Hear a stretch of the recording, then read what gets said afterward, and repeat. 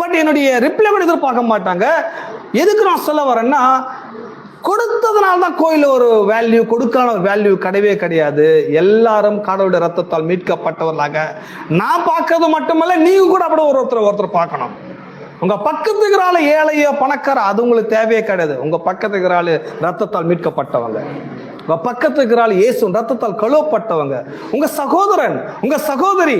நாளைக்கு பிரச்சனைனா நீங்க கூட இருக்கணும், அவங்களுக்கு ஆறுதல் சொல்லணும், அவங்கள கைட் பண்ணணும், அவங்கள மறுபடியும் கடவுளுக்குள்ள வழி நடத்த வேண்டும். அந்த பொறுப்பு உங்களுக்கு கூட இருக்குது. ஏமே